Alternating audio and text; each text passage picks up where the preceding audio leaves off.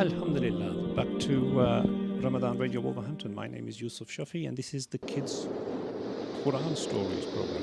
And I've got my special guest Sahil with me today as well. Before we're listening to the story of how the people of the time of Prophet Nuh alayhi salam were led astray by Satan and led to bow down to idols and to worship idols and to create pictures and all that.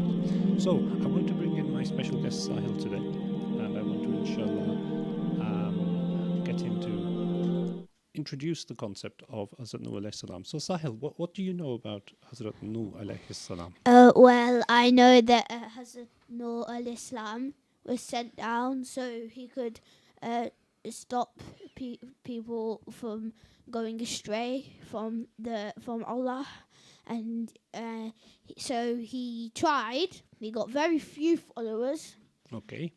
and so So Allah told him that make a boat out of wood. It took him many years to make the boat out of wood. It was an ark, a big ark, and he all the followers you can. So he told everybody that there's going to be a flood, but they didn't listen. So he gathered all of his followers, and he gathered 2 of every single animal, and on the where they're at. So 2 like lions, 2 giraffes, etc., etc. And he put them on a boat, and they went all the way. They just went round, and rain started pouring very, very heavily, so much that it started going over mountains and stuff. And so he was because Allah told him to build the ark so him and his followers could be safe. And then they ended up on a mountain in Turkey. As soon as it was over, he sent a bird to go down and check if it was clear, and it was, and everybody, all the animals and the followers went out in Turkey. Excellent. Very good. So, mashallah, you seem to know all about Prophet Nuh alayhi salam, don't you? You've studied that story quite in detail. I've studied actually a lot of stories in detail. Mashallah, good. Excellent, Sahil. So, listeners, let's now read through some of the details of that story, inshallah, and we can look at how Sahil has introduced it and how we're going to take it further. So, Allah wanted this messenger to be a man and to be one of the people. That way they would recognize him and understand what he said. So Allah could have sent an angel, Allah could have spoken himself if he wanted to the people, but the way Allah works is to guide us through people that we know, people from within our communities, people from within our society. If the messenger had been an angel, the people might say, what has he got to do with us? He is an angel and we are mortals, we eat and drink and we have wives and children. How can we worship Allah? But if the messenger were a man, he could answer, I eat and drink, I have a wife and children, I worship Allah. Why don't you worship Allah? If the messenger had been an angel, the people might say to him, you do not get hungry or thirsty. You do not get ill or die. So you can worship Allah and remember him always. But if the messenger were a man, he could answer, I am just like you. I get hungry and thirsty. I get ill and will die. But I worship Allah and remember him. So why don't you worship Allah? Why don't you remember him? In this way, the people would not be able to make any excuses. Allah chose to send Nuh to his people. They were wealthy people and leaders among the children of Adam. But Allah alone knew who could carry his message and who could bear his trust. Nuh was a pious and generous man. He was intelligent and forbearing, compassionate and sincere. He was truthful and trustworthy, and known for giving good counsel. Allah revealed to Nuh, warn your people before a painful punishment comes to them. Chapter 71, Ayah 1 of the Quran. So Nuh stood up among his people and told them, I am a faithful messenger to you. When Nuh began to say to his people, I am a faithful messenger to you, some of them answered back, When did this man become a prophet? Yesterday he was one of us, and today he says, I am Allah's messenger to you. Nuh's friend said, this man used to play with us when we were young, and he sat with us every day. When did he become a prophet? Was it during the day or during the night? The rich and proud said, couldn't Allah find anyone except him? Has everyone else died? Couldn't he find anyone except a poor man from among the common people? The ignorant ones said to each other, this is only a man like yourselves. If Allah had willed, he would have sent down angels. We have never heard of this among our fathers, the ancients. Some of the people said that Nuh only wanted to become a leader, a man of power and position among them, by saying he was a messenger of Allah. People had got used to thinking that worshipping idols was the truth and a sensible thing to do. They thought that anyone who did not worship idols was foolish. They would say, our fathers worshipped idols, so why doesn't this man worship them? Nuh thought that their fathers were in the wrong and unwise, and that Adam, who was the father of the fathers, did not worship idols. He worshipped Allah alone. Nuh thought that the people were in the wrong and foolish when they worshipped stones and did not worship Allah, who had created them. Nuh stood up among his people, saying in his loudest voice, O my people, worship Allah. You have no God but Him. Truly I fear for you the punishment of a dreadful day. The council of his people said, we see that you are in clear error. He said, my people, there is no error in me, but I am a messenger from the Lord of all the worlds. I convey to you the message of my Lord, and I give you good advice, for I know from Allah what you do not know. And with that, let's have our next nasheed, inshallah, listeners. Be happy. Uthman al-Ibrahim.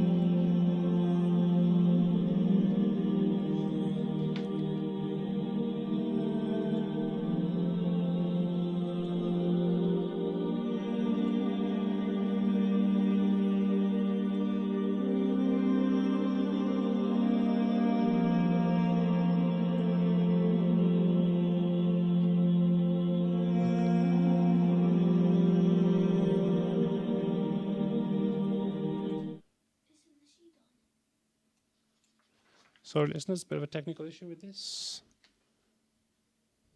تبارك الذي بيده الملك وهو على كل شيء قدير الذي خلق الموت والحياة ليبلوكم أيكم أحسن عملا وهو العزيز الغفور.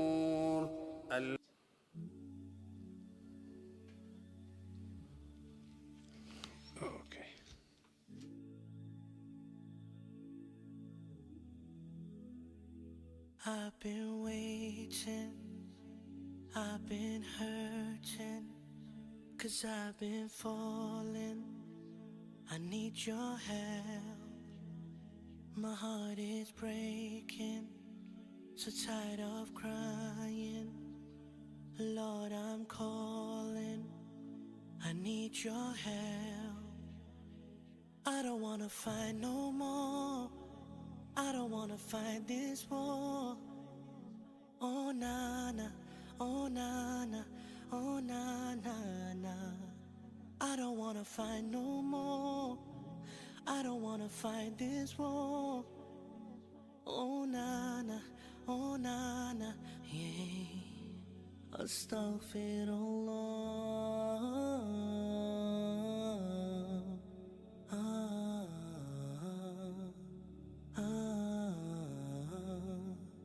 Forgive me, Allah.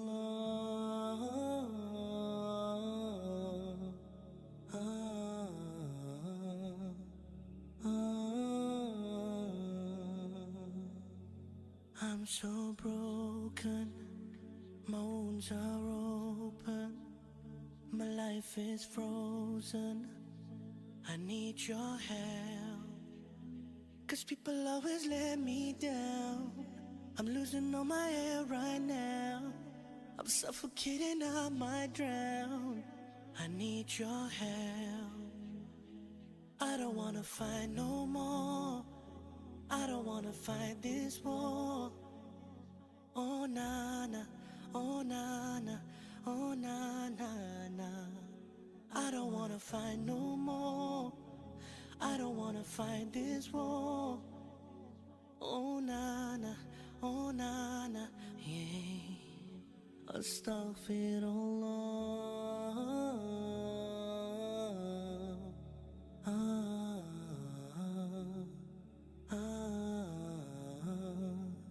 Forgive me, Allah.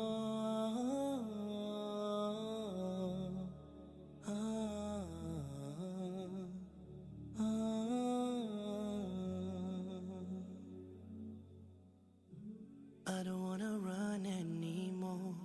Forgive me, Lord, don't close your door. I promise I surrender. I'm giving you my heart and my soul. I've been thinking about my past. I wanna say I found you, Lord, at last. I just wanna tell you that I really love you. I know you'll always be by my side.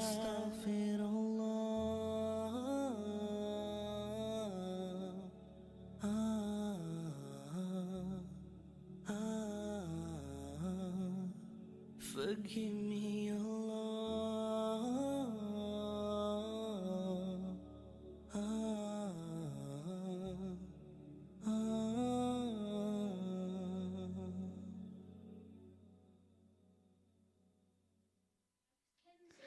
MashaAllah, that was Forgive Me Allah, heart-touching nasheed.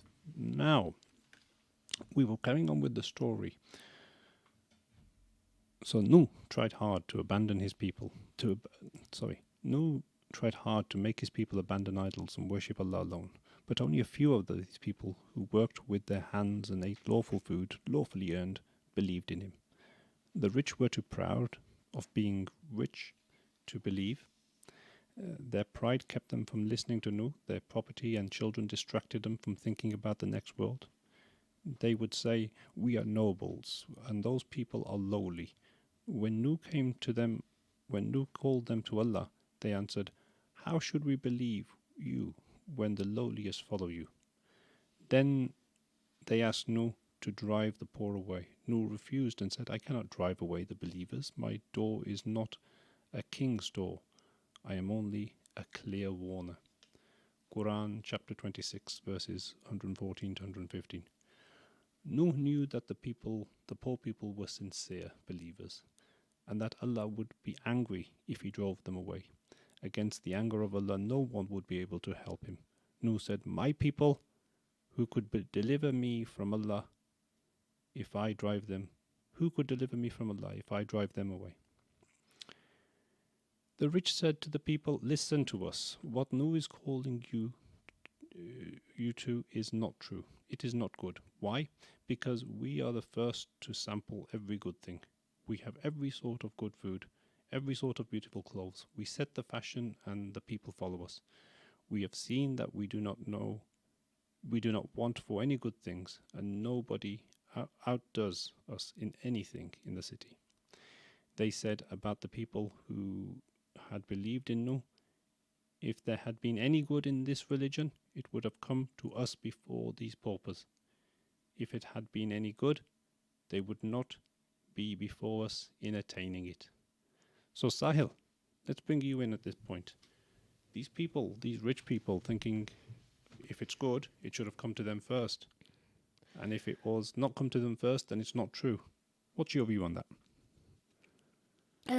Well, it's because, they're just arrogant. They're just a bit they because they're so rich. They think they're better than anybody else, and they think they don't believe in Allah because they're saying if Allah was really better than us, we wouldn't be rich by now.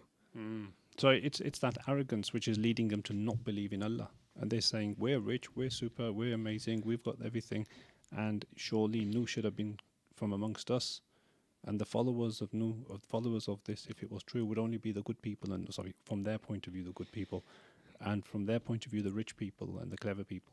Arrogance comes from shaitan. MashaAllah. And Well done, well done. so, Yes. because of boasting and the arrogance, shaitan is trying, and it's like his like sons and his offspring are trying to make the people not believe in Allah and give bad feelings like anger, arrogance, boastfulness. Mm. So the lesson for us all is that we need to avoid thinking that we're better than anybody, and we need to avoid thinking that we are somehow in any way special, and be considerate towards everybody. Because just no matter if you're poor or rich, you're still people. You're human beings. That's right. And we're all equal, aren't we? We're all equal. And Allah Ta'ala guides everybody. He doesn't just guide the rich or the people who think they are better than everybody else. Allah Ta'ala guides everybody, don't they? Yeah. MashaAllah, MashaAllah. Let's carry on with the story. So Nuh went on calling his people, trying hard to counsel them. He said, "O my people, I am a clear warner to you, saying, worship Allah and fear Him, and obey me that He may forgive you your sins and defer you to a specified term. When Allah's term comes, it cannot be deferred, if you only knew." Chapter 71, verses 2 to 4. Allah kept the rain from them and was angry with them. Their harvests were small, and they had few children. Nuh told them, "My people, if you believe, Allah will be pleased with you and remove this punishment." Then when Allah sent the rain to them and blessed their crops and children, Nuh called his people and said to them, "Don't you recognize Allah? These are the signs of Allah all around you. Can't you see them? Can't you see the heavens and the earth? Can't you see the sun and the moon? Who created the heavens? Who placed the moon in them as a light and made the sun a lamp? He created you and laid the earth as a carpet for you."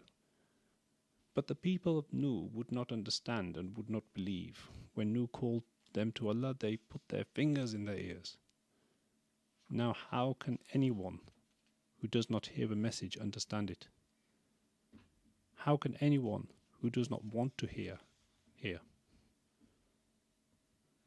Nuh stayed with his people for 950 years, calling them to Allah. But his people would not believe. They would not stop worshipping idols. They refused to return to Allah. How could Nuh wait? How long? How long could he watch the earth and its people being ruined? How long could he put up with his people worshipping stones? How long could he watch them eat from Allah's provisions whilst they worshipped something else?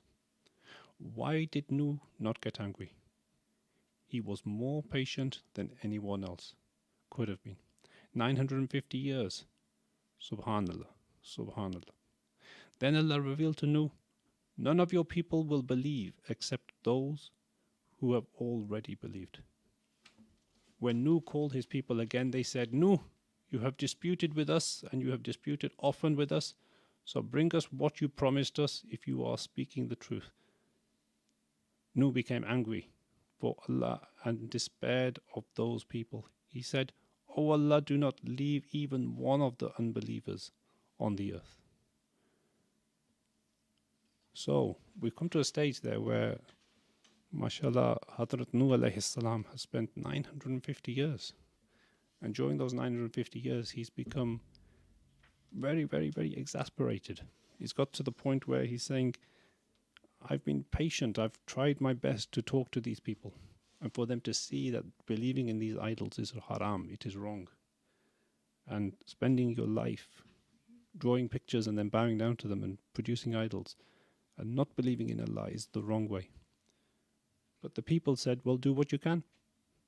So at that point, Hazrat Nuh alayhi salam lost his patience and he said, "Okay, we've come to the stage now where Allah, do what you have to do to these people." Allah answered Nuh's prayer and he decided what the fate of the unbelievers would be. All of them would be drowned in a great flood. Allah wanted to save Nuh and the believers. He commanded Nuh to build a great ship, and Nuh began straight away. The unbelievers from his people saw him working busily as they mocked. What is this new? Since when have you become a carpenter? Didn't we tell you not to sit with the carpenters and ironsmiths? And now you have really become a carpenter. Where is this ship going, Nu? Everything about you is unbelievable. Is it going to sail in the sands or climb up the mountains? The sea is a long way from here. Will the jinn carry it, or will oxen pull it? Nu heard all that and was patient. He had heard worse things and had been patient. But sometimes he would say to them, "If you mock us, we will mock you as you mock." MashaAllah. Let's go to our next little nasheed. La ilaha illallah. Ahmad Bukhair.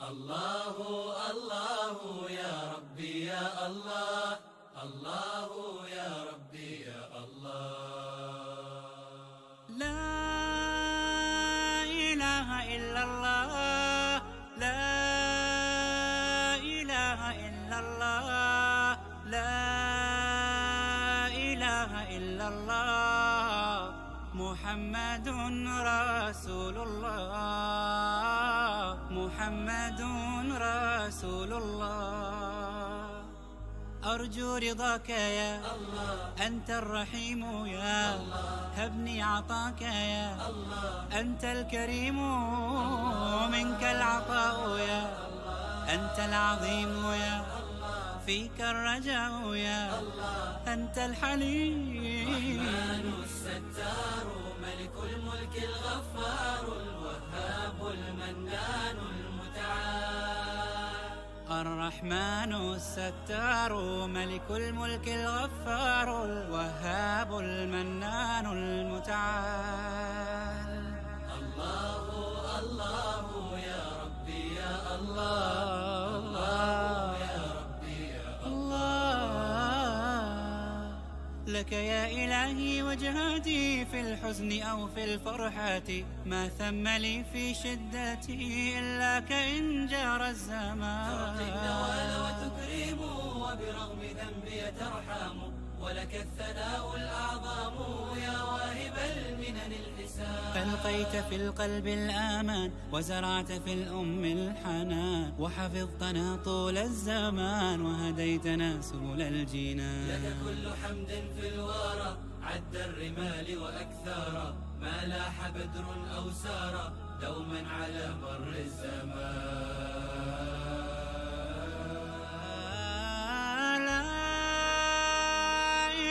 إلا الله لا إله إلا الله لا إله إلا الله محمد رسول الله محمد رسول الله أرجو رضاك يا الله أنت الرحيم الله هبني عطاك يا الله أنت الكريم الله منك العطاء يا أنت العظيم فيك الرجاء يا الله أنت الحليم الرحمن الستار ملك الملك الغفار الوهاب المنان المتعال الرحمن الستار ملك الملك الغفار الوهاب المنان المتعال الله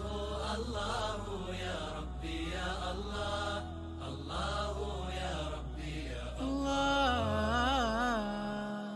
يا غافر الذنب العظيم يا فارج الكرب العميم يا خالقي أنت الرحيم ارحم بفضلك ذلتي في كل آن نعمة لك في العباد So, listeners, the promise of Allah came. We seek refuge with Allah. It rained and rained until the sky was like a sieve, which could not hold the water. Water poured down and gushed up and flowed in until it surrounded the people on every side. Then Allah revealed to Nuh, "Take with you those of your people and family who believe." Allah revealed to Nuh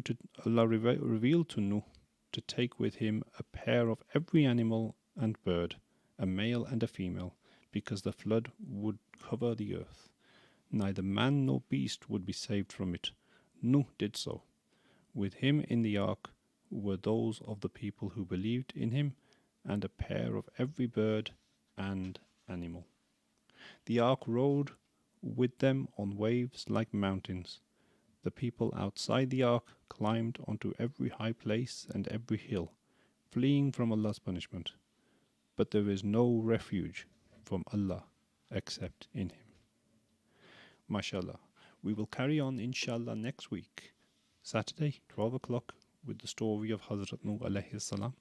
And inshallah ta'ala, listeners, we will inshallah learn about what happened when this great flood came, who survived, and all the events. Until then, please keep listening to Ramadan Radio Wolverhampton. My name is Yusuf Shafi. I was joined today by my excellent super guest, Sahil, and we'll come back next week. Assalamu alaikum.